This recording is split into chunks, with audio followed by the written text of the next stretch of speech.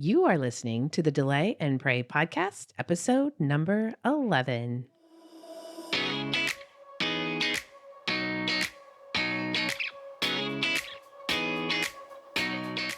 Welcome to the Delay and Pray podcast, where certified Catholic and weight loss coach Beth teaches you how to permanently lose weight through spiritual fasting. Get ready to gain faith and lose weight through a joyful transformation of both body and soul. Now, your host, Beth, the Catholic fasting coach.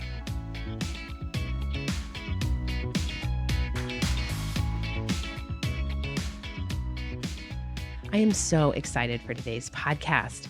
This one is all about journaling intentionally through the thought model and inviting God into it for healing.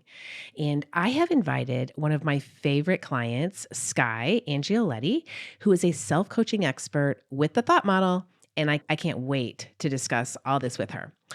I thought it would be fun to get a client's perspective on using my spiritual fasting workbook and the daily journal. She's going to tell you how she uses the model and why it's so important to getting results with both self-coaching and also taking her thoughts to me as a coach. I want to preface the interview by talking just a moment about why we journal in the first place.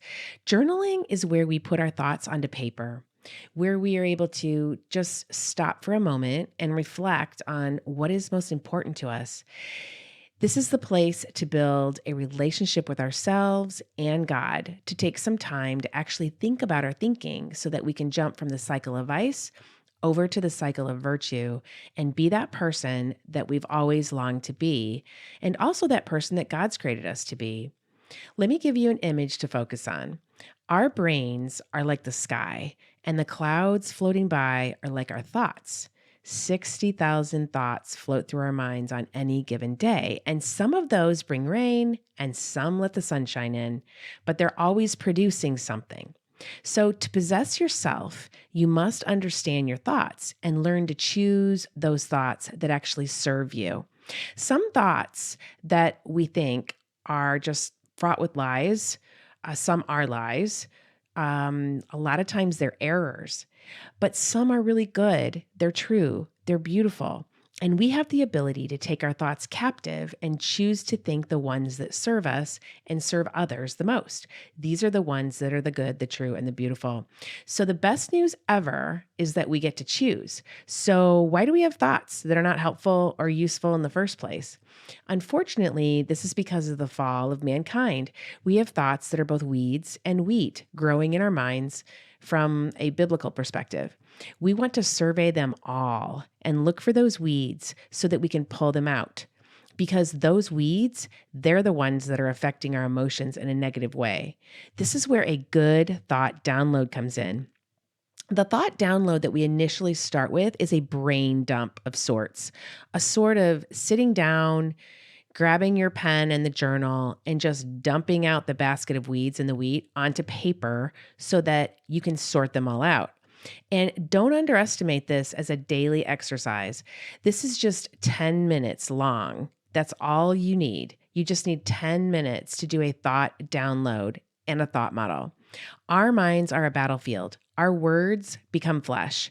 We need to fight for our thoughts in this spiritual battle. This sorting with the help of the Lord is imperative to reaching the goal weight and the spiritual fasting goals that you might have. Well, and as well as reaching sainthood. So the enemy may plant the seeds of weeds. He may kind of nudge us with certain thoughts, but then we get to either receive them or just cast them out into the fire. And you can invite the Lord into your thoughts to help you dump them all onto the paper and then ask him to help you capture as many weedy thoughts as possible that could be crowding out those thoughts of God. So this is an amazing biblical exercise that is actually in scripture in 2 Corinthians chapter 10, verse 5, and take every thought captive in obedience to Christ.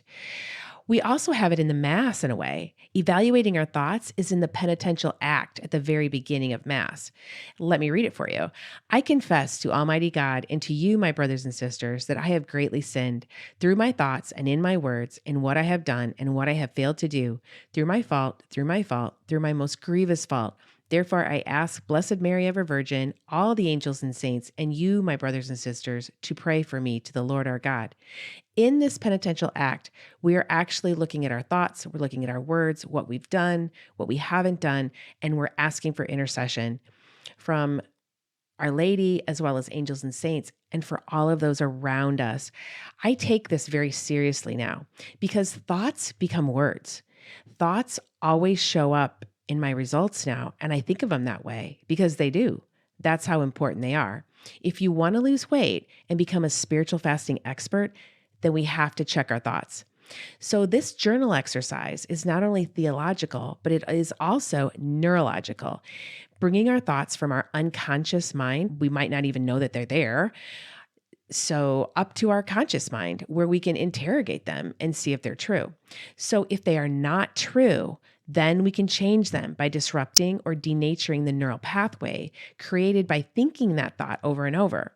This makes the synaptic connections more plastic or changeable, and we can change our thoughts. So, this is great news because those weedy thoughts that lead to those indulgent emotions, and these are the emotions that are not passed through reason, they often lead us to overeating and over drinking and over desire. We call this underfeeling in the Delay and Pray program. And the thoughts lead to the emotions. So, journaling or writing down your thoughts is the first step to successful spiritual fasting so you can figure out why you are eating or drinking as a buffer in order to not feel an emotion. The reason why we can't do this in our heads without writing it on paper is because this thought to emotion process happens in a second.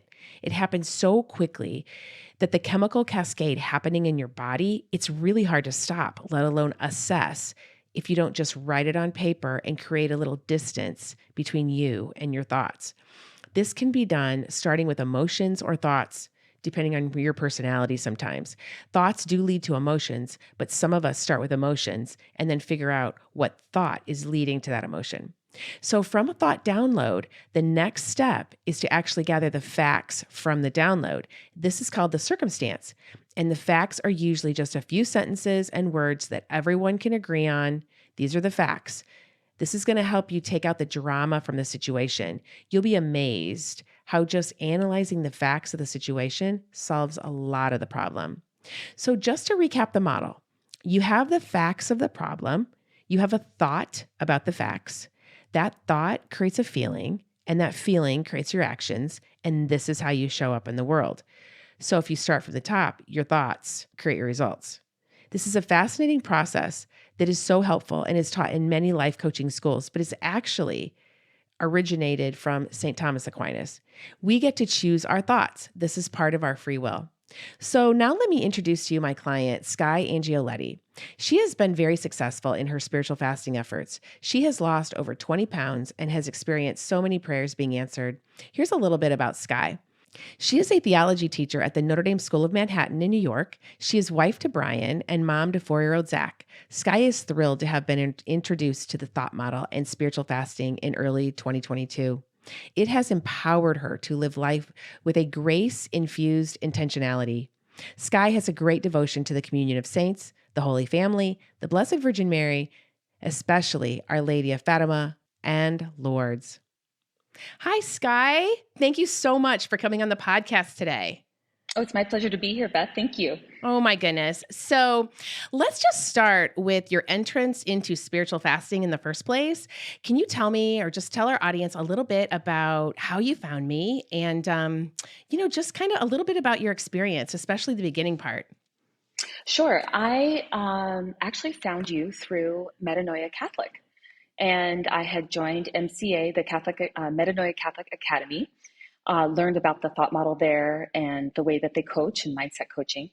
And I had been in the group coaching for a few weeks at that point. I want to say I must have found you around March of 2022, March, April. And I thought the Catholic fasting coach, well, that's interesting because I'd been really interested in intermittent fasting and I'd been sort of practicing it for a few years at that point, off and on. And then I was learning the thought model from MCA, and I realized that there was a part of me that wanted my own one-on-one thought model coach. And when I was thinking, well, who and where and what, you kept coming up. So you would either come up in Instagram or in a podcast that I heard you speak on. And so that's how I found you. And then I reached out and we had our little mini free session, probably Lent, I think. I didn't work with you until April, so it was probably March at that point. Yeah, yeah. And you dove right in. So, one of the things that I thought was so wonderful about you was you took this seriously, like right from the get-go. You were in. There was no, I'm not sure if this is going to work. I wonder. It was literally an attitude of I am committed. Here's my goal sheets.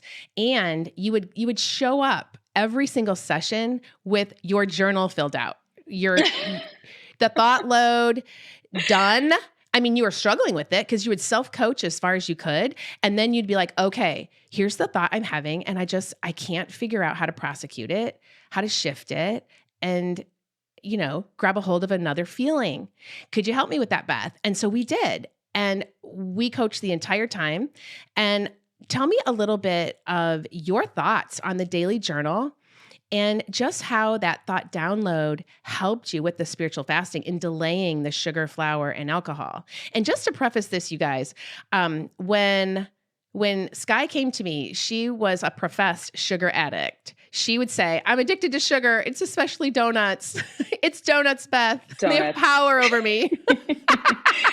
Yeah. And I would say, no. They have no power over you. We are going to slay the donuts. And we did. So tell us a little bit about just your journey. Like where you live and how you train down to Manhattan. And I mean, it's just so fun. I just love your whole experience. Please elaborate. Yeah. So, when I met you, I had already done a stint in Weight Watchers. Many years ago. I had already done a stint in Overeaters Anonymous. I would highly recommend that program for anyone who feels that they have a food addiction, like bulimia or anorexia. I didn't have any of that. But I did kind of figure out that there was a sugar problem, even though, and I had started gaining weight. I had probably had sugar my whole entire life and just never saw the effects of the sugar consumption until I hit my mid 30s, right? My metabolism clearly started slowing down and I started gaining weight and I had to go to double digit pants, which I'd never done before. So I'd done that, but I didn't have any major success with that. I had lost weight twice in my life, one through Weight Watchers, the other through OA. But each time, I'm not kidding you, I don't know how I did it. Like I can go back and say the actions I did, but that's all there was, right? And I didn't know even then how I could maintain it. Yeah, because basically those programs work in the action line because I was on all those as well, not Overeaters Anonymous, but I did buy their books thinking, oh, this is it. This is going to solve the problem. And I read the books, I made the plan, couldn't do it. Right. And Overeaters Anonymous is good. It's better than Weight Watchers simply because they have a higher power. And there's a God focus. So that was what attracted me to it. Because I realized that there was something in my mind that was happening. And I didn't know what it was actually until I got to Metanoia Catholic. Yes. So, and then you found out that your thoughts create your results. That's right. And hello. I also, in between my stint in OA and Metanoia Catholic, I read Why We Get Fat and What to Do About It. So I learned about how carbohydrates and sugar works in the body, which I didn't know before then. I read Jen Stevens' book on intermittent fasting. Yeah. Both are excellent resources. And then when I met you, I read Jay Richards' book on Eat Fast Feast. Eat Fast Feast. And and it's funny. It's funny because people don't realize that the sugar and the flour and the alcohol, I'm just throwing the alcohol in because I always say it elbows its way to the front. It causes over desire and it causes overeating and it causes overhunger. And so, people are trying to fast, they're trying to spiritually fast and they're thinking, what's wrong with me? I cannot follow this. I'm trying to eliminate it from my diet. But the thing is, it's all about your feelings. You're eating your emotions. And then there's a thought underneath those emotions and you got to figure out what's the thought. And then how do I sit in discomfort? How do I feel the feel and not eat and drink through it? Right?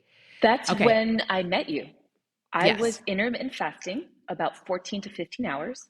I'd break my fast around 12 and it would be with what I'll just call a sensible meal, right? It's not the food protocol I follow today, but it wasn't the worst thing ever. And then I would go to Dunkin' Donuts and I would buy my munchkins and I would eat them slowly over the rest of the day. And if I bought 25 or 50, they would last me a couple days.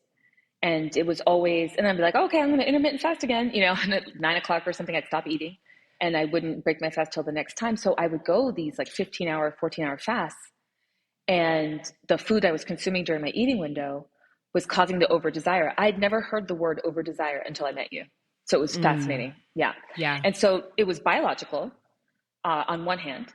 And then, but, right, I didn't have, so I could know that. Sure. I already knew that to a certain degree, right? Obviously, if I don't eat the donut off physically, but I didn't know it was the mindset part. That was really what was, I had a lot of skill set. I didn't have as much skill set until the skill set I have now is even higher from your learning from you.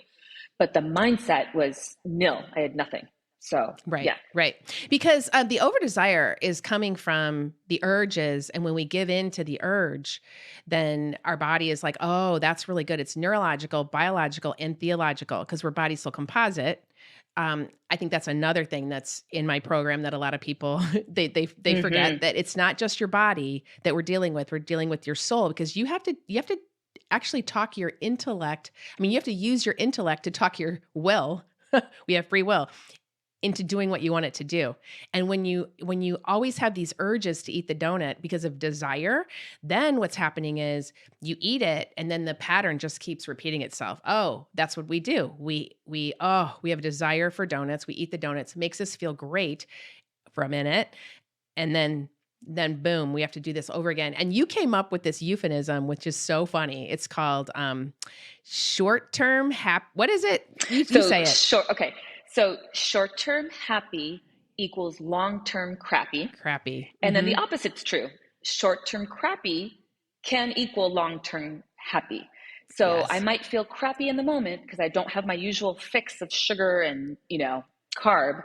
And it's painful maybe to be in that, we call it a river of misery, and so I would be like momentarily in discomfort, but long-term, so it would be short-term crappy for long-term happy. And it's the long game. It's the marathon, right? I'm a sprinter. So I love quick, fast, and so when I am able to remember that, it rhymed. I love that it rhymed. And I like that when you flip it, it's also true, Also true. Yeah. And so it was so I live in New York City, as you mentioned, and I live in Queens, and I take the train to Manhattan. And so every morning, and you said it actually on our mini session, you said, okay, so then what you'll do is on the train, like you found the space in my schedule for it. You said, okay, so when you get on the train in the morning, you'll write the journal out. I was like, yeah, sounds great. And I just did that because that's my personality too. So I was like, okay, I'm going to do what she says. And so it was in doing the journaling that I got to see where the donuts, what they meant. And it took, I want to say it took like 2 or 3 months when I started to realize that I had broken up with some really good friends, my donut friends, and that they really took the place of like feeling like I was being comforted. Yeah. And so that was huge. That was like a whole nother level to this whole thing. And there's grieving to that too, because St. John of the Cross calls that an attachment. And we know we have them. We just don't know how to get rid of them. We're like, okay, it's a very thin thread that seems, he always talks about a bird, like our attachments are like strings that keep a bird from flying. And the bird can actually fly, but it doesn't think it can because of the string, and the string's an attachment. And with our mind is powerful. So we can either say, oh, I can't get rid of the donuts. It's too much of an attachment, but you can. There's going to be some discomfort in that. And so you're on the train, you're doing your journal, you're getting through the thought model, you're cycling through all of it, including the first part of the thought model is the download. And so you're putting the download down there and you're dumping your brain. And then you're putting the facts in the circumstances. And then what's so fun about you is you like to go for the feeling first instead of the thought. Tell us about that. Yes, I still do it today. And I'm a teacher. I teach high school girls in Manhattan. I teach theology. So this is perfect for them. Yes. They're like going to go off to college and they already know the thought model. But That's so cool, by the way. I just want to tell you, I thank was like, you. I'm 47 Yay. and I finally got the thought model, and like they're 18. Some of them are 14, 15. So, yeah. So what I noticed about the thought model was CTFAR. So you have your circumstances, your thoughts, your feelings, your actions, and your results. And the journal, just has a line for each of them. I was like, okay. And I was taught by you and by Metanoia Catholic coaches to one word thought, or sorry, one sentence thought, one word feeling. So really isolate it, right? And I swear I could not figure out my thought, even after the download. I just couldn't figure it out. So I was pretty good at getting the fact. So I could say, okay, that's not a fact. That's not a fact. And like sometimes the fact would be the date out of the Mm-hmm. thought download. There was no circumstance at all. It was all thoughts. But for some reason, getting one thought was harder, and I could tell you exactly what I felt. All I had to do, if I couldn't get the exact word, was look at the emotions wheel and choose it from there. And Mm-hmm. so, as soon as I got the specific feeling, the one word feeling, I could say, okay, what thought am I having about that? Mm. And probably early on with you, I was coming up with against like discouragement. I was like, well, why am I feeling discouraged? What thought is bringing on this discouragement? And one of the biggest thoughts that we worked on that I had that had a lot of power over me at the time was this isn't going to work long term. That's very common, by the way. Yes. Well, I didn't realize how common it was until I joined the group, that you Mm-hmm. have. And when I was in the group and I started hearing it, I was like, Oh, oh, so everybody has that's what we do. this. Yes. And Yeah. so, but I remember having that and us working on it. And it was a huge breakthrough. It was a huge Mm. breakthrough to recognize that, yeah, it's going to be the little tiny short sprints every day. It's a long marathon. You can take one chunk at a time Right. through the And thought download. so true. So true. And so what's funny is when these thoughts come up, sometimes they're unconscious. So sometimes we don't even know we're having them. And so a lot of times what happens is we will start something new and we will say, "Oh my gosh," just like in our minds, even subconsciously, we're thinking, "Oh my gosh, this is so hard. Oh my gosh, no way. This is so new. Oh, but did you see that workbook? It's 232 pages. What am I going to do with this?" And instead of like just sinking into the thought that this is new and it's always working, and that I am strong in my weakness, and that the Lord is going to use this weakness to literally cure me, and then I'm going to glorify him. And that's what happens. We're using our weakness of weight loss struggles to just to figure out our thinking so that we can get to a place where we are in the thoughts of this is always working. Your grace is sufficient for me. I will take the time to figure this out. I'm safe, and this is always working. And so that right there is this shift, but it takes time to believe it because I can give you thoughts Mm-hmm. and they may not be good for you at this moment, right? At Right. this point in time. Right. Yeah. So we have to kind of ladder over a little bit when we're doing the thought work. Well, the thought model has been so influential in my life that I actually, what do I do now? I split up my sort of before learning the thought model and after learning the thought model. My brain is so different now that I know that feelings come from thoughts. I did not know that. And then you could teach me that my feeling came from a thought that I was having, but then this added component that I get to either keep that thought or change the thought Yes. was huge. So Mm. now I recognize that God, another phrase I love to use is when the student is ready, the teacher appears. And Mm. I've been prepared through I have a more 12 step in my background, other 12-step groups. And it actually led me to become Catholic. I'm a convert. So many years ago now, I've converted to Catholicism. And so I learned all of that, codependency, all the stuff I learned in recovery, years of therapy. And then I get the thought model and I was like, what? My feelings come from where? I thought they all came from the circumstance. And Yes. so it was Yes. really there. And, just to say something about the donuts, I think that first week, I stopped eating the munchkins for sure. And then I relegated the donut until Sunday, right? Delay and pray. So Mm-hmm. Sunday I'd go to mass with my son and I said, okay, we're going to go get a donut. And I have one sprinkled chocolate donut with him. And then I remember you and I talking and you said, and there might come a Sunday where you never have the donut, and I thought, what are you talking about, Beth?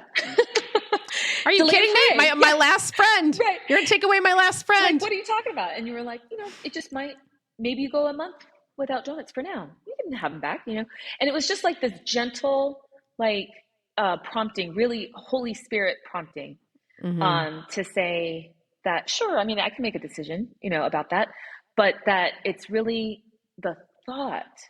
So in recent weeks, two thoughts have really served me very well from our coaching. And the first one is, it's not that great. And that probably wouldn't have worked when we first met. I think we started coaching in April of 2022. So that thought, it's not that great. Because you know what? They were that great back then. They were. It was just true for me. It wasn't true that they weren't that great. You made it so that you made them so great in your mind that they truly were great. Yeah. And if I would have ever tried to shift you off of that, you'd have been, no, it's so true. Same thing for me. At one point when I first started this, I got coached on, well, but I love food. And the coach was like, do you really love food? Yeah, I do. And now I'm like, no, I mean, food's great. I can take it or leave it all day long.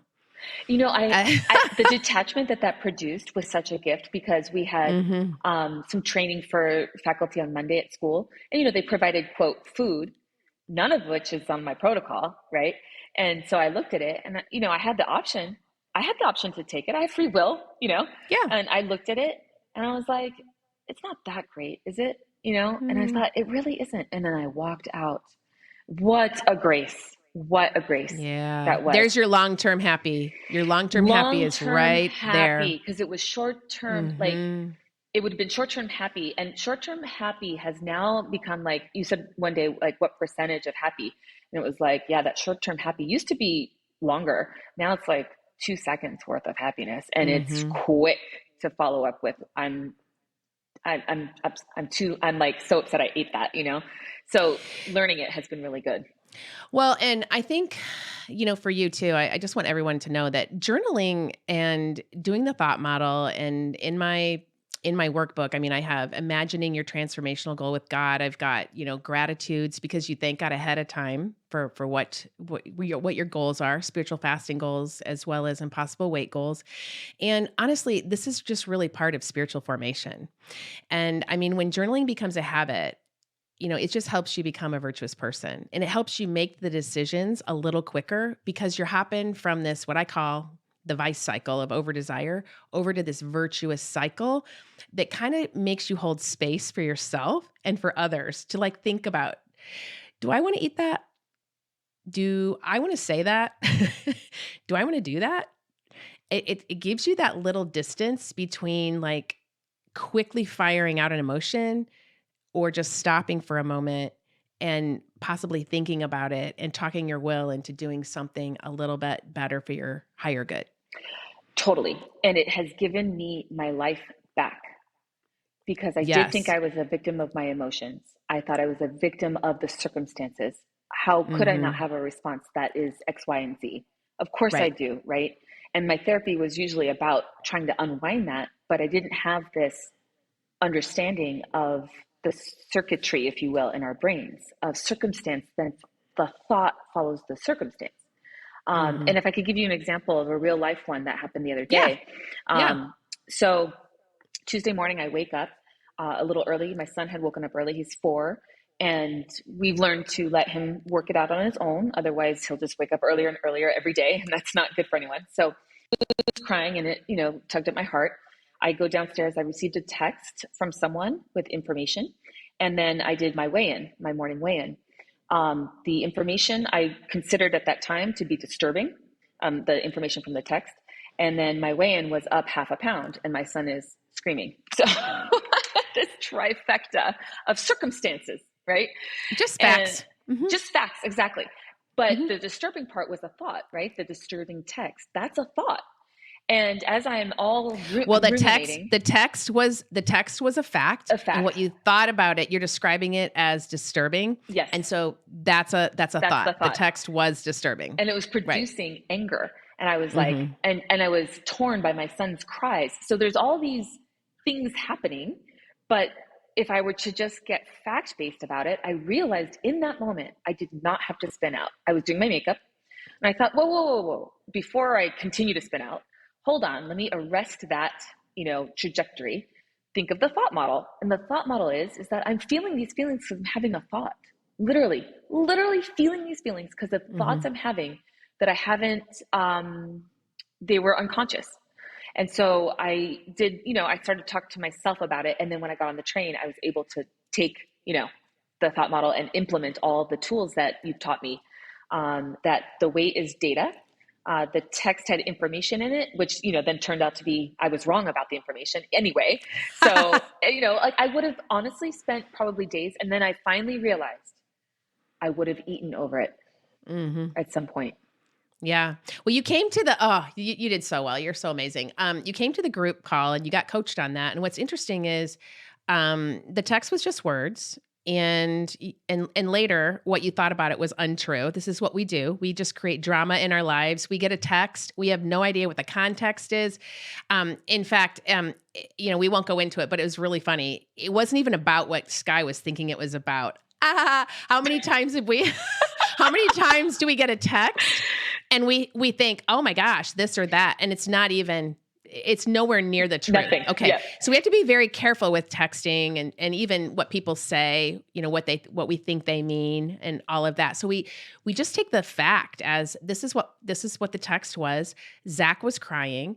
And the third one is, what was the third one again? I was up half a pound after eating on protocol the day before. Yeah. And so you take the three. Basically what your thought was when you were like, I'm not going to spin out, was I'm going to figure this out on the train. That's the thought you had. That's what we coached on. You were thinking, I'm going to figure this out on the train. I don't need to get upset or cry or do anything. I'm putting my makeup on. I'm going to take care of Zach and I'm going to get on the train and figure this out. You went ahead and filled in your model, filled in your journal. You came to the group and we coached you on this. And basically, you came to the understanding that, this is just really information and you can totally go back and figure out Zach. You can totally go back and figure out the text, and you can totally go back and figure out the third one. And so it was just like, you can totally go back and look at your protocol and be like, oh my gosh, I'm up half a pound. And we did figure that out as well. We figured every single one out.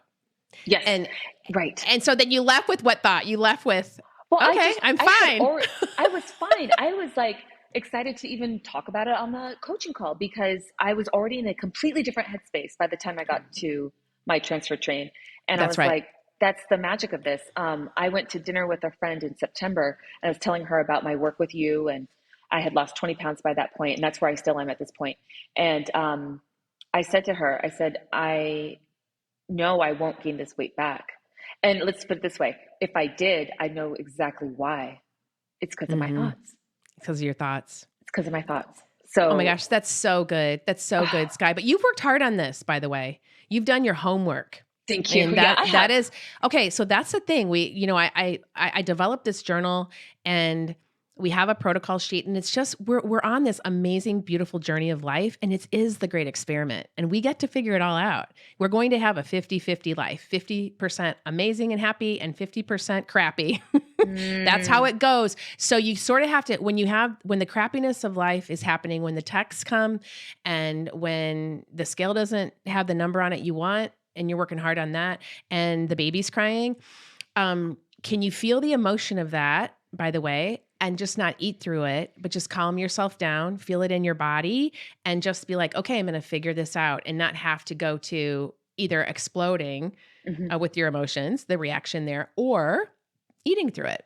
And you're getting really, really good at that. The other thing that I wanted to highlight about you is I remember when you first came to me, you also had some heartburn. You were kind of having some headaches, migraines. I did. Yeah. Yeah. And then without the sugar, you notice that the sugar in the flour, because you're not really an alcohol drinker, but with the sugar in the flour, as you lessened that in your diet, those seem to recede away. Right. In terms of, I didn't have the cravings for them anymore. The less I ate them, the less I craved them. And also, when I did consume sugar, maybe more, like on Christmas morning, I definitely consumed more sugar than I have since I started working with you. And I felt drunk. I felt inebriated by the sugar. It was really fascinating. Definitely the heartburn went down for sure. I didn't even think that that was like a food thing. Don't ask me why. And then at the time, and then I am working with a migraine doctor, and so we have management care. But my migraines have considerably been reduced. And then when I had a day last fall, or maybe it was last spring, I ate more carbs in one sitting than I had in a long time at that point. And the next day I had a huge migraine. And it was so Mm. clearly because I had overindulged in that particular food, that when I didn't have them, I'm much better able to manage my migraines. Yes, yes. So I just want people to know out there that, I mean, sugar and flour eaten in large amounts on a daily basis affect our bodies. Some of us it doesn't affect, like outwardly. Some of us don't have migraines. We don't have physical symptoms, but it's doing something in there. Yeah. Believe me. Yeah. And so we can actually delay that and till Sunday and actually be metabolically flexible and actually do more of a fat adaptation during the week and then sugar burn a tiny bit on the weekends with maybe better foods like blueberries and like a whipped cream and something like that. That's just a little lower in the glycemic index. And our hormones are going to balance out and our health will be much better overall. And so that's the exciting thing about this too. This is why it is biology, neurology, and theology just all together. So to end this up, because I know we're kind of long on time, um, I think it's been so fun working with you because you are a theology teacher, and we have talked so much just about God and how spiritual fasting has us feeling more alive in body and soul and how closer to God that you are getting. I love how you talk about the calendar as freedom now. It's a new day, it's a new week, it's a new month to follow God and live out your mission on earth. And you're actually teaching this to your students, to your girls. And that spiritual fasting is the missing piece. And you have said God and his help to reach my dreams and pray for miracles in my life is the missing piece. And it really is transformation from the inside out. And all the things we try to do in the action line, but really it's about our thoughts and how we want to shift into really just love and abundance so that those thoughts really serve our higher good. And you are the poster child for that. And I just want to tell you how amazing, amazing that is. So, yeah, yeah. And then some of the funny things we've talked about in the past, like when you go, how do I stop eating on Wednesday nights? Oh, yes. It was what did I want to do? I wanted to give up meat on Yeah. Wednesdays. Oh, I that's was right. like, right. And so, if I want to stop eating meat on Wednesdays, then I have to stop eating meat on Wednesdays. Mhm. Like, it was just like, Yeah. right. So we're Oh, going to order not meat because I was already a meatless Friday person when I met you. So I wanted to include Wednesday and I needed to get yeah. my husband on board with that. But yes, Yeah. exactly. That's so Yeah. right. So sometimes we have to remember we're always training our brain as we go. So Right. if you want to stop eating meat on Wednesday nights, then you have to stop eating meat on Wednesday nights. There's just some at one moment you have to make a decision and your thought has to Yes. be, I'm done with that. I'm done with meat on Wednesdays. I don't do that anymore. I delay that. I delay that to Thursday. I delay that to Sunday. And if you And keep then saying, the meat full days, if you will, Monday, Tuesday, Thursday, and Saturday and even Sunday, right, being a feast day, the days that I can eat meat, it is a little mini celebration, you know? mm-hmm, So it's mm-hmm. been a gift to actually fast off those items. And yeah, definitely. It's beautiful. Well, just this has been wonderful. And we didn't even get to talk about the Lord's interpretation of the model because that's you'll have to come back on another That's the time. key. That's the Yeah, key. yeah, part two. That goes from our brain and our unintentional model is what it's called to an intentional model with the Lord and to renounce vices, announce our virtue, and then get his interpretation. And that's for another day. But I just want to thank you so much, Skye, for being with me today. You are such a joy to coach, and I'm so proud of your progress and just can't wait to see what the future brings for you. And just, I don't know, my heart just goes out to you. I love you so much. And I just thank you for coming with me on this wild ride. I love you too. Thank you so much, Beth. You're so welcome. All right, everybody. I hope you enjoyed the podcast. And I just want to remind you, if you like this podcast, please subscribe and even leave a 5-star review if you're so inclined. Because by doing this, you're going to help me reach my goal of bringing in 1 million Catholics back to the church through spiritual fasting. All right. Have a great week, my friends, and I will catch you next time. May God bless you and keep you always. Bye-bye. Hey, if you're interested in learning more about spiritual fasting and permanent weight loss, then come join my course, Delay and Pray. It's a 12-week guided course for weight loss through spiritual fasting. And you won't go through it alone either. I will be there to coach you every step of the way. There's 2 options to choose as well: private coaching with me, or join the group coaching program to join an amazing group of like-minded Catholics who have the same goal as you, to lose that weight permanently through spiritual fasting. Both options include the same amazing online course detailing what spiritual fasting is, how to do it, and all the tools you need to get you the results you're longing for. So head over to my website right now, thecatholicfastingcoach.com, and get the details on how to join. And don't forget to follow me on Instagram, Facebook, and LinkedIn as well to always get the latest daily information to keep you fasting, my friends. Can't wait to see you in there. May God bless you and keep you always.